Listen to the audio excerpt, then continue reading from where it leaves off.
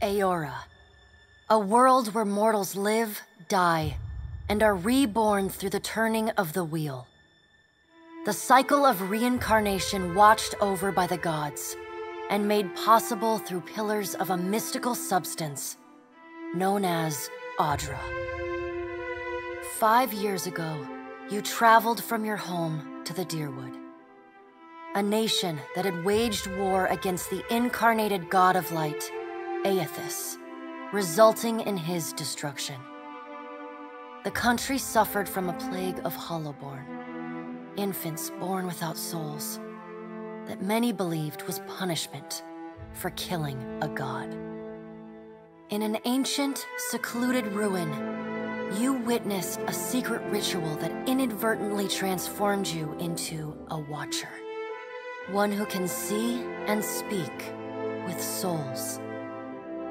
The ritual also gave you horrible visions, waking nightmares of a past life that threatened your sanity. To put them to rest, you pursued the man who had led the ritual, a seemingly immortal agent of the gods, known as Theos Ix Arcanon. With divine assistance, you confronted and defeated Theos, ending your visions and resolving the Hollowborn crisis. In so doing, you also learned the great secret that Theos had protected. That the ancient empire of Anguith had transformed themselves into gods. Your visions finally put to rest, you retired to the castle of Caed Nua, built atop a massive statue of pure Audra, where you ruled in relative peace and prosperity.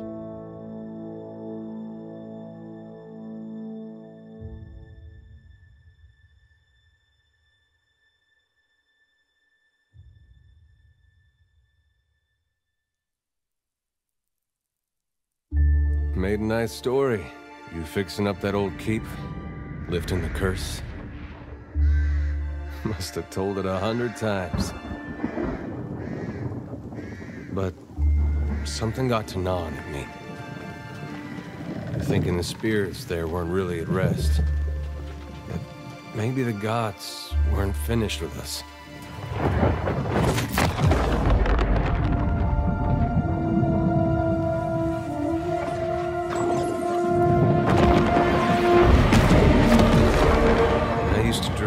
My God came back. He would forgive us.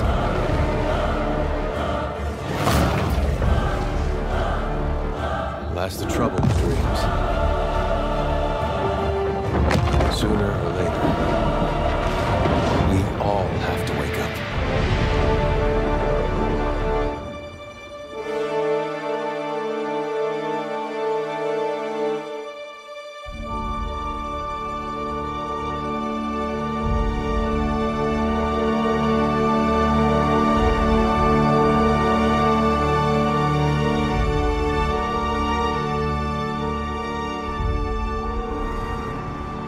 So you wake to a sleepless world, the in-between of life and death. Follow your memories. You have been here before.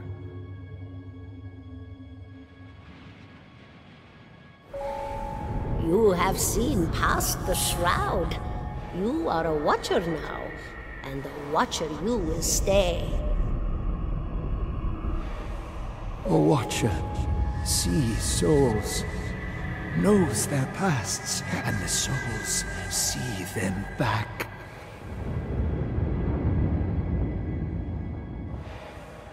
A dubious honor, inheriting a fortress both broken and cursed.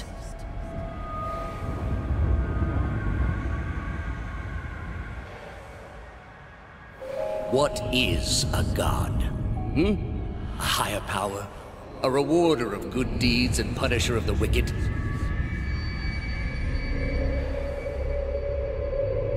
The gods aren't real, but something else entirely.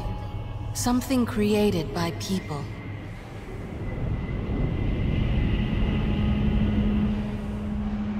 And did you ever consider that these were things you were never meant to understand?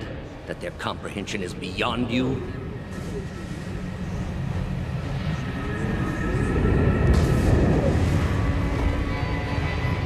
Let the world see. Let them decide what to do.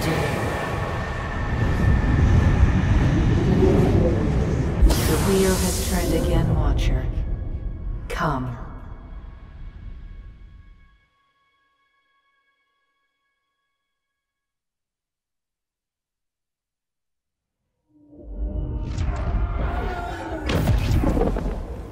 An aged dwarf shares this strange floating platform with you. His face is creased by so many wrinkles that his features lie buried amid shadowy pockets of skin. Still, the dwarf's well-practiced habits have left telltale tracks of a welcoming rictus across his visage.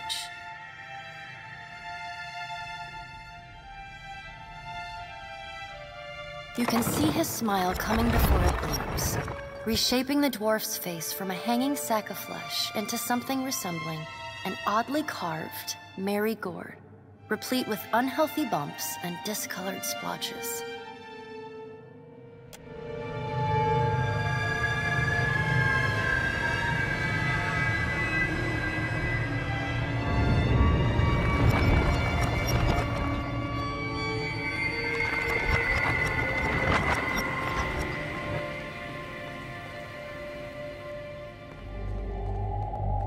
Sit, please.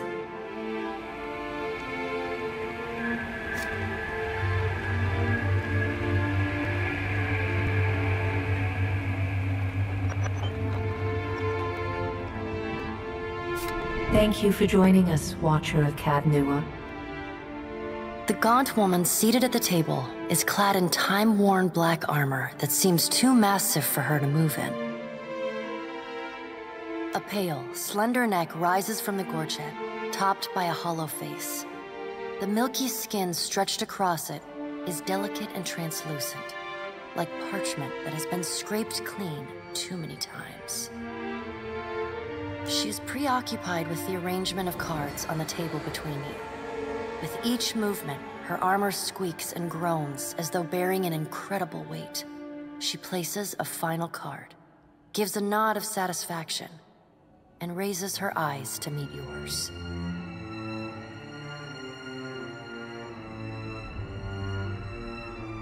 Your brush with the divine has drained you of your powers, fractured your memories. Look upon these cards. They represent the courses of your life. You alone know best how they flowed. Arrange them to fit what you remember. Does everything appear to be in order? Good. Welcome to the Beyond. I am Berath. One half, anyway. She points a finger in the direction of the dwarf who led you here. Though the movement is slight, her gauntlet squeaks like a rusty hinge. The dwarf's rictus returns as he nods in the woman's direction.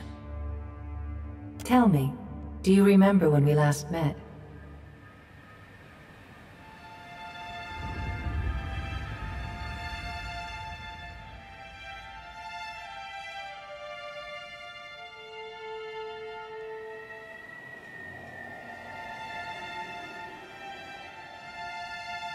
You came to that tower seeking our aid. You prayed for help in reaching Theos, beyond the Court of Penitence, but would not pledge yourself to me.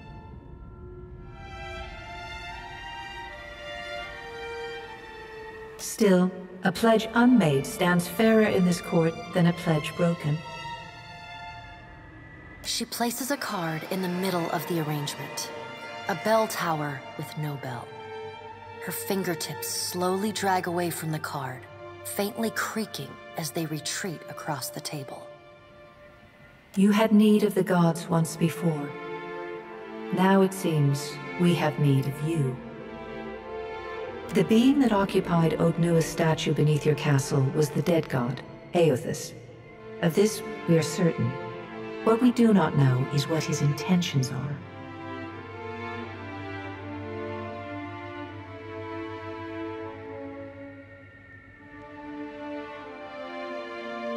Though Eothas stole a large fragment of your soul, you were strong enough to survive the onslaught and enter the in-between.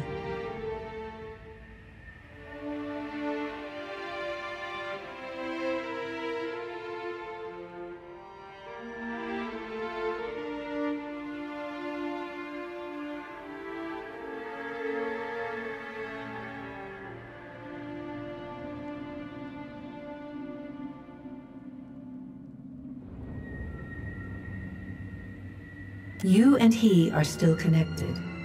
He has chosen a body made of living Audra, perfused with the power of thousands of souls, including yours. It should be little difficulty for an experienced watcher to find him. No, but neither is your body truly alive. Your lungs draw breath, your heart pumps blood, but your flesh is as soulless as a hollowborn. That is, until I return you. She delicately places a card upright on the table.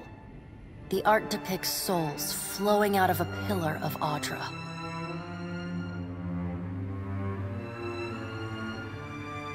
I know. It is my business to know. 322 in Caed Nua and your surrounding lands.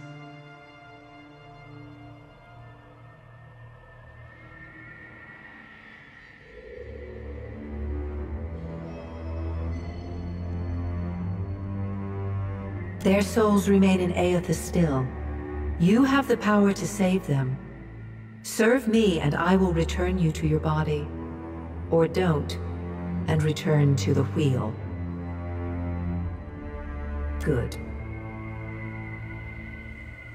Before you return to Eora as my herald, you must remember who you were, the last whisper of life in death. For a moment, the sockets of her eyes darken, leaving the pits of a death's head gazing out at you.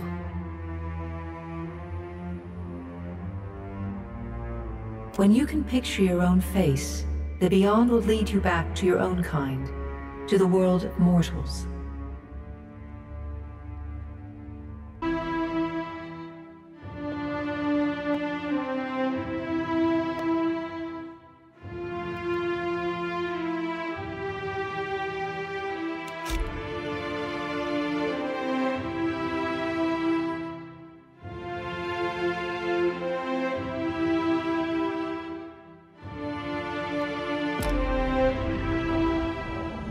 Go forth now, Watcher, as my herald. Know that I do not give you this title lightly. When the time comes, you will have the power to reveal the souls that cling to you, to open the gateway from the in-between to the waking world.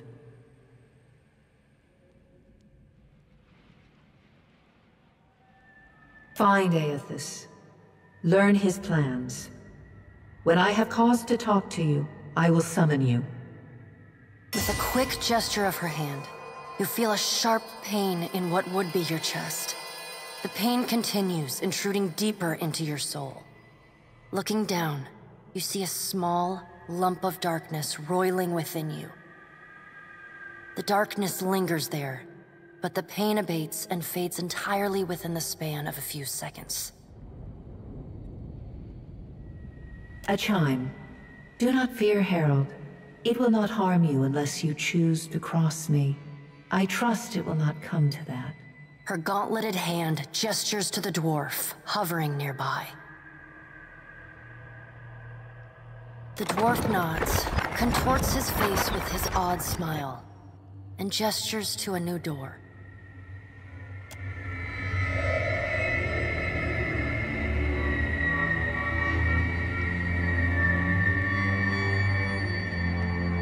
Time is not on your side, Watcher. I suggest you get on with the task at hand.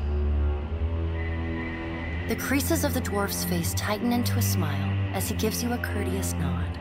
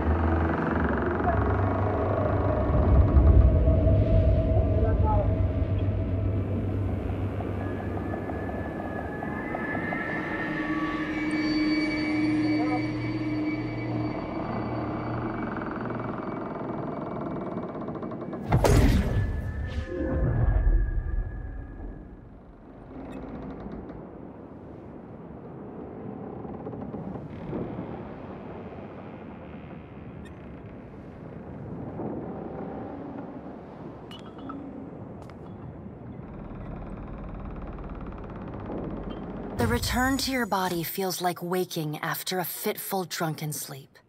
The rocking of the ship sends pain jolting through your limbs. Crashing waves hammer inside your skull.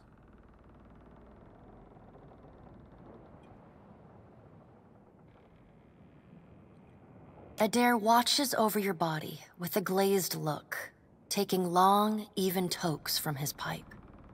At the first movement of your chest, he starts. His gasp, mid-puff, sends him coughing and straining for breath. No, there's no way. You're awake. What are you doing awake? How are you feeling? Sure. I mean, someone has to be there for the gods to get mad at.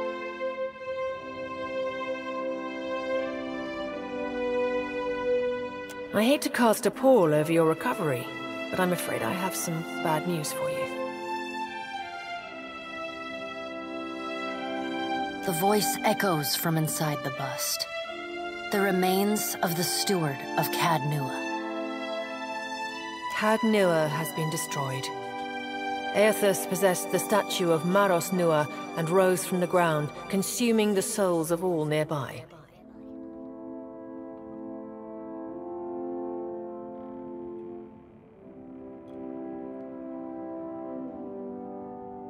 It is only by the exceptional strength of your soul that you survived. And even then, just barely. The further Eothas withdrew, the weaker you became. We chartered this ship and followed him to the Deadfire archipelago.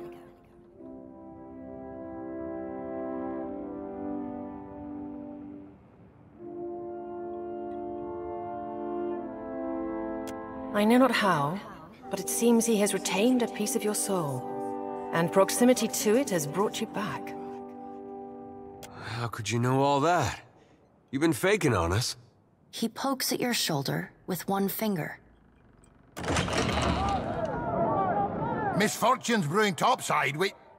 Magrants fires the captain stirs. An older man with ale-sour breath rubs his bloodshot eyes and stares at you. Engrim, the smell of drink on your breath could wake the very dead. Now what's this about? Pirates. They're demanding parley with you, Captain.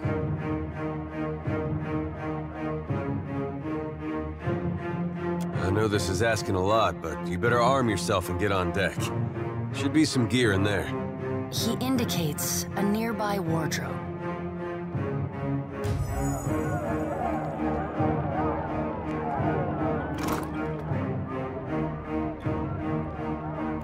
All right, now make some use of it.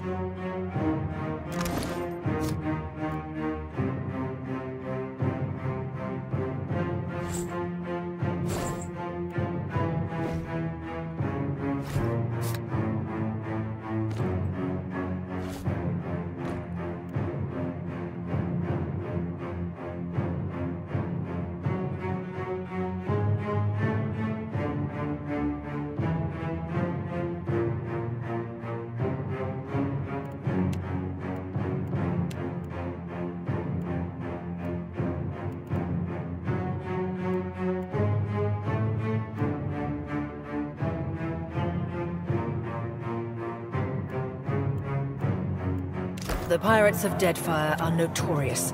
I suggest you deal with them quickly.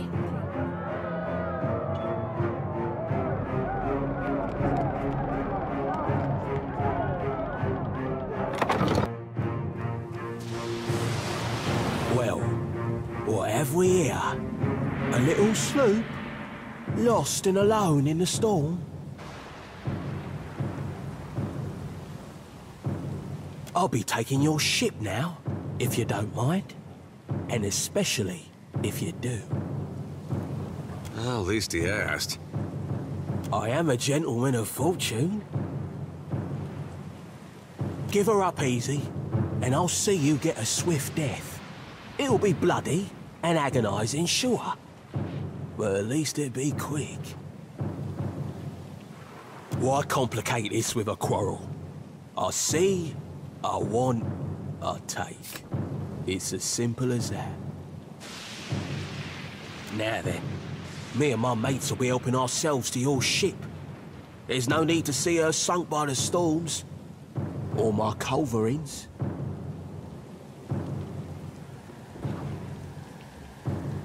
Listen up, mates.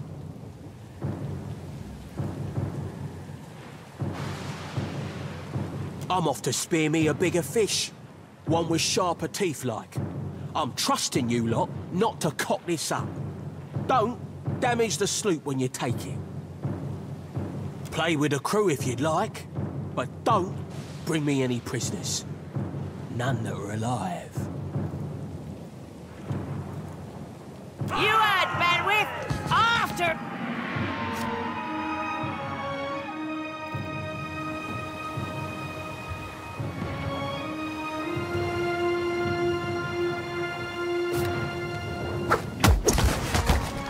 Defend the ship!